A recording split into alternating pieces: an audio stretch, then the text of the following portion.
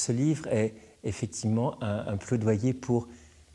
s'affranchir de la peur de la mort et de la fin de vie qui fait justement obstacle à un bon accompagnement de la fin de vie. Et cette collaboration avec Stéphane Alix et son livre Le Test, qui a eu un énorme succès et qui a participé à ce livre, rend compte de cela. Nous avons vraiment souhaité pouvoir apporter quelque chose qui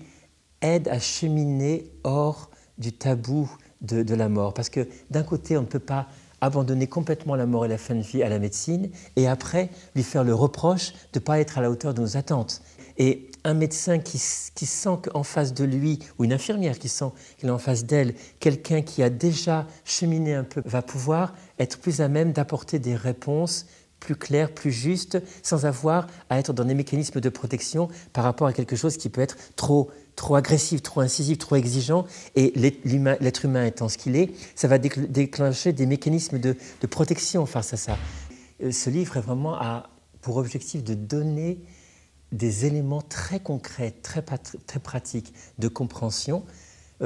très fins, très simples, mais très fins, sans jargon médical, pour que les personnes s'approprient un savoir, avec l'idée que le savoir va donner du pouvoir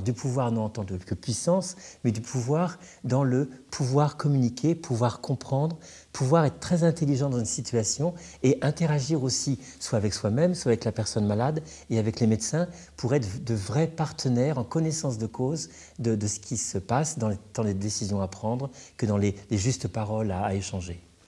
On se rend compte que dans l'accompagnement de fin de vie, les proches ont une profonde méconnaissance de ce qui se passe, de ce qui se passe tant dans le processus de fin de vie de leurs proches, mais aussi de ce qui se passe dans les décisions médicales, dans les traitements, dans les examens complémentaires, et aussi une incompréhension de ce qui se passe en eux-mêmes, de la panique qui monte, de l'impuissance qui est là.